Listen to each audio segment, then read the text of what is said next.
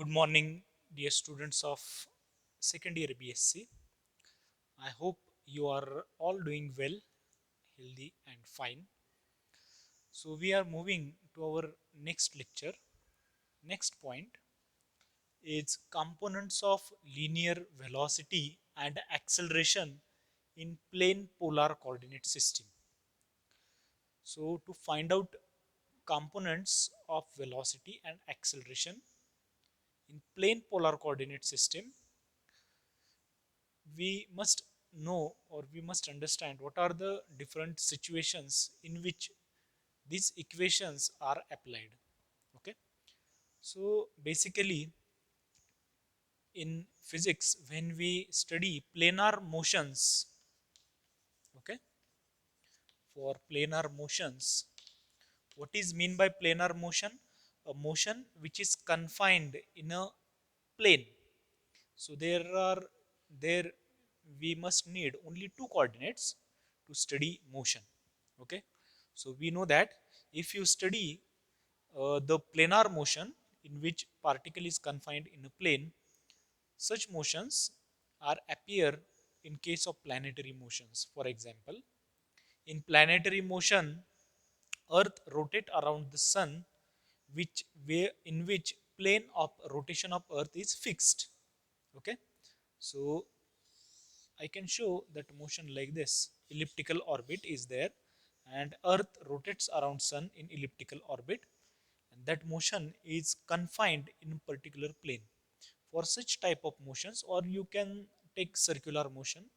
Circular motion is also planar motion. Okay. Now to study such type of motion, we need Cartesian coordinate system as well as plane polar coordinate system. Okay. So in case of Cartesian coordinate system, we know that we take only two axes, x and y axis, and suppose that point P is over here and that particle is performing motion, okay, with respect to origin, okay, of that coordinate system. Then we know that position of that particle P can be shown in Cartesian coordinate system by its x component, okay, and by its y component. And we can say this is vector r, this is the position vector of that point P. Okay, so we can write position vector r of that point as x into I cap, y into j cap. Okay, where x into I cap is the unit vector in the positive x direction. See, I cap is in the direction where values of that axis are going to increase. So we know that values of x-axis are going to increase in this direction. So I cap is directed along in this direction. For j cap, values of y-axis are going to increase in this direction. So j cap is directed along positive y direction. Now next, if you take velocity and acceleration in Cartesian coordinate system, where we are using x and y axis. In Cartesian coordinate system, velocity is represented by x dot, which is derivative of x with respect to time, and acceleration is again represented by x double dot, which is second order derivative. Okay. Similarly for y component, y component of velocity is dy upon dt, and y component of acceleration is d2y by dt square. Okay. Now here we are going to use plane polar coordinate system. Okay, in plane polar coordinate system, coordinates of that particle P which is moving in this plane are not x and y. So we are defining these coordinates as r and theta. Okay, so r is the magnitude of this vector r. Okay, so if you take position vector as vector r, r is the radial position, or we can say magnitude of this vector, So this is the r, and theta you can show like this: angle made by this position vector with horizontal. You have used this r and theta coordinates for specifying complex numbers. Okay. Similarly, here in complex number system, this is imaginary axis, but here this is not a imaginary axis. Okay, this is a axis which is real axis. Points on this axis are real points. So you know how to show or how to find out vector r and theta. Okay, so if you take vector r and theta, so coordinate system made by this r and theta is known as plane polar coordinate system. Likewise, coordinate system which is made up of x and y axis are Cartesian coordinate system. Similarly, coordinate system which is made up of r and theta is plane polar coordinate system. Now, if you write vector r like this, okay, this is the position vector of this point, then x component in terms of r, you can write here right angle triangle is formed. Okay, so x component is nothing but r into cos theta. Okay, see, if you take cosine of theta, so this becomes adjacent side which is x divided by r. So you can write x is equal to r cos theta, and y you can write as r sin theta. Okay, if you put x and y in above equation, we get vector r as r cos theta I cap plus r sin theta j cap. So call this as equation 1. Okay. Now moving to next section. Here we know that we are shifting our coordinate system from xy axis to r and theta axis. Okay. So likewise here we have unit vector along x axis which is I cap. Similarly, unit vector along r direction is known as r cap, and direction of r cap is such that it shows the direction in which values of this vector r is going to increase. So direction of r cap is like this. See, in this direction value of r are going to increase. Now to find out direction of theta cap, which is unit vector along this theta direction, again this vector must show direction in which theta is going to increase. So theta is going to increase in anti-clockwise sense. So theta cap must be like this. Okay. So unit vector r cap is like this, theta cap is like this. Now we are going to change our coordinate system in r and theta. Previously, the coordinate system is in Cartesian in terms of x and y. Now we are going to change in terms of r and theta. For that, we must find out r cap and theta cap. Okay. So to find out r cap and theta cap, we are using definition of unit vectors. So from to find out r cap and theta cap using definitions. Definition of r cap is partial derivative of vector r with respect to theta divided by magnitude of partial derivative of r. Here you take derivative of r with respect to r. Okay, and magnitude of this vector. Now here partial derivative of r with respect to r is the vector along this direction, and you are dividing that vector by its magnitude. So this becomes unit vector. Remember, r cap is the unit vector, and magnitude of unit vector always is unity, which is 1. Similarly, theta cap, to find out theta cap, we are using similar definition. See, partial derivative of vector r with respect to theta. Now here we are taking derivative of this vector with respect to theta. In previous section we have taken derivative with respect to r divided by magnitude of this vector, which is derivative of r cap with respect to theta.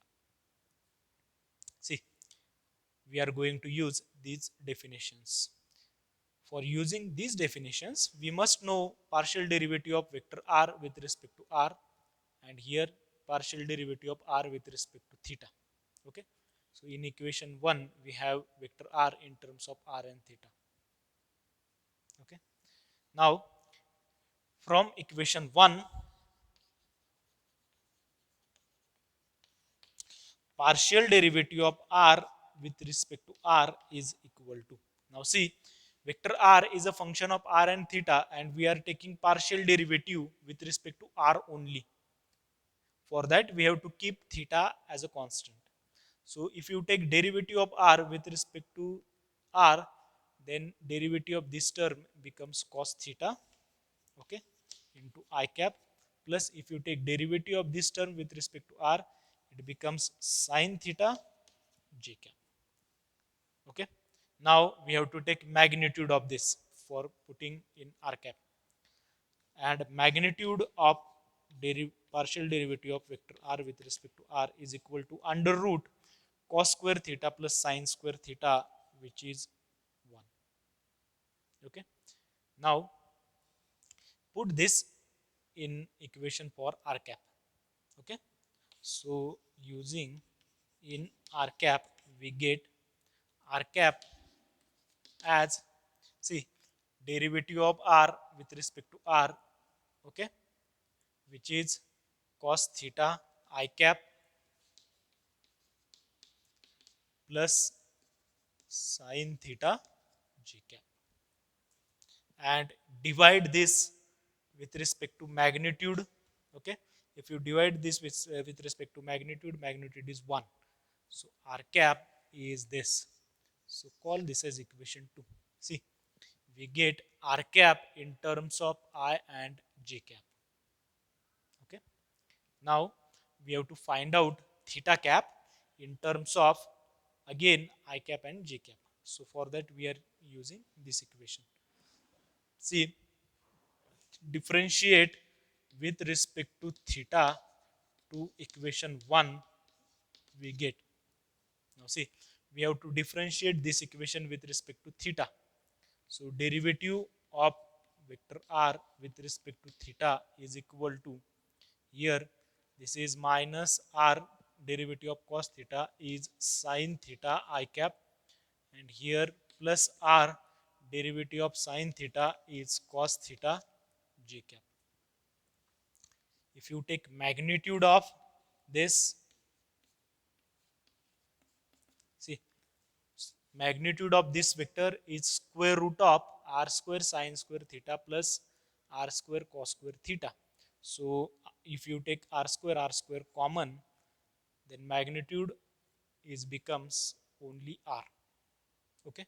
So using in definition for theta cap, we get theta cap as derivative of r cap with respect to theta, which is this, and divided by magnitude is r. So if you divide this term by r, r will cancel from this term and this term, and we get minus sin theta I cap plus cos theta j cap. Okay. So call this as equation 3. Now see, from equation 2 and 3 we get unit vector along radial direction and unit vector along, we can say this is the angular direction. Okay, along r cap and along r axis and along theta direction. Okay. Now see, from equation 2 and 3 we get r cap and theta cap. Now we have to find out velocity. To find out velocity,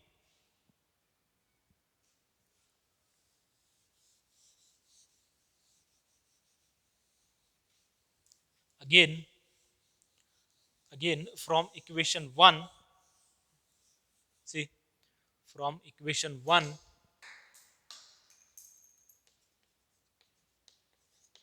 we know that vector r is r into cos theta I cap, r into sin theta j cap. So if you take r common in bracket, we end up with cos theta I cap plus sin theta j cap. But cos theta I cap into sin theta j cap is nothing but r cap. So you can write vector r as r into r cap. Okay.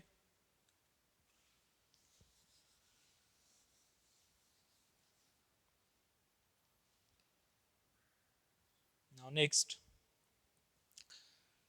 we know that velocity is the rate of change of this position vector r. So velocity is derivative of r with respect to time.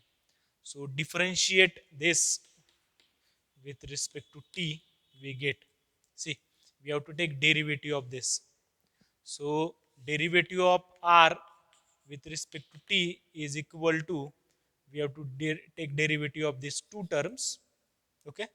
So by using product rule, derivative of first term, which is dr by dt, here we have kept r cap common, constant, plus r constant, and we have to take derivative of second term, which is derivative of r cap with respect to time. Okay. See, now derivative of r with respect to time, call this term as r dot into r cap. Okay. Plus r into derivative of r cap with respect to time, call this as equation 3. Okay. And here I show derivative of r with respect to time as velocity vector v. Okay. Now we have to find out this term, derivative of r cap with respect to time. For that, we are going to take equation number 2. Okay. So from equation 2, we can say, see, here we are differentiating r cap with respect to time, but r cap is the function of theta and theta is the function of time.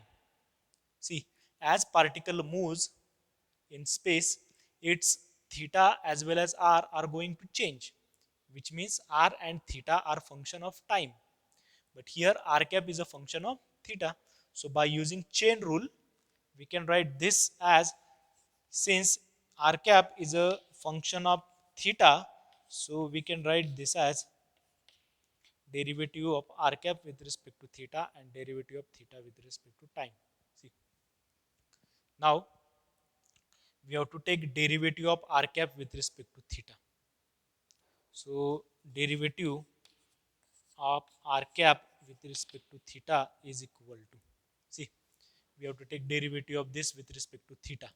So derivative of cos theta is minus sin theta, okay, into I cap, plus derivative of sin theta is cos theta j cap. Now see, equation number 3, theta cap is what? Minus sin theta I cap plus cos theta j cap. See, if you take derivative of r cap with respect to theta, we get minus sin theta I cap plus cos theta j cap, which is nothing but theta cap. So this is nothing but theta cap from equation 3. Okay. Now if you substitute this derivative of r cap with respect to theta in this equation, what we will get? We will get derivative of r cap with respect to time is, instead of this, we can write this as theta cap. Okay. And derivative of theta with respect to time is nothing but again theta dot. Like see, derivative of r with respect to time is r dot. Similarly, derivative of theta with respect to time is theta dot.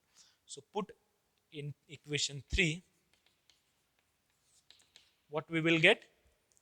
If you put this in equation 3, you can write well, vector v is equal to r dot r cap plus r. Instead of this you can write r into theta dot theta cap. So call this as equation 4. So this is the equation for velocity. This is the equation for velocity in terms of theta dot. Okay. Now we have to find out equation for acceleration that we will found in our next video.